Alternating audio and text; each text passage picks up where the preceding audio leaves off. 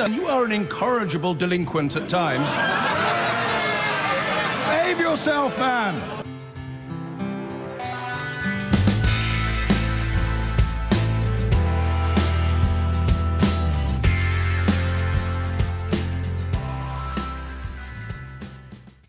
A BBC investigation has discovered that the bodies of more than 400 children could be buried in a mass grave close to an orphanage in Lanarkshire.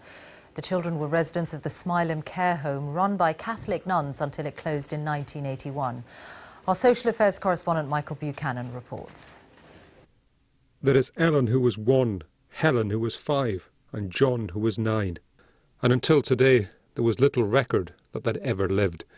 But these 400 children are believed to be buried in an unmarked mass grave in Lanark. Among the dead is Francis McCall. He died in 1961, aged 13, from a brain hemorrhage. His brother Eddie had spent years trying to find out what had happened to Francis. I thought it was only maybe 120, 150 maybe, you know. I've always thought at least 120. Through what I've been hearing, yeah. That's bad, that. Terrible. The names were uncovered by the File on 4 programme and the Sunday Post newspaper, who analysed death certificates. But though we could prove each person had died, we couldn't find any burial records for them. The children are believed to lie here at St Mary's Cemetery in Lanark. The Daughters of Charity acknowledged in 2004 that some residents who died in their care were buried in this plot, but couldn't provide many details. When this grave was first discovered, it was a total mess. All the rubbish from the rest of the cemetery had simply been dumped here. That infuriated campaigners, but then so did something else, because just a few feet away, a total contrast, the well-maintained headstones of the nuns. Smileham Care Home closed in 1981, having operated for 117 years. Some former residents alleged they were abused here by nuns.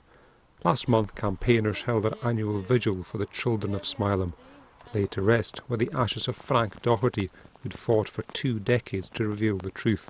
His widow Janet said she was shocked by today's developments. He thought he'd got names, he could get in touch with families to see like there's 150 kids, but now that is just unbelievable what's happening.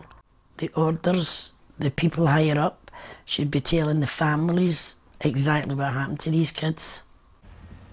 I've got a few questions for you. I'm from the BBC. The Daughters of Charity didn't respond to our findings. In a statement, they simply said the ongoing Scottish child abuse inquiry was the best place to investigate what had happened. Each of these lives was cut short, most through natural causes, but everyone meant something to someone, and they all deserved to be remembered. Michael Buchanan, BBC News, Lanarkshire.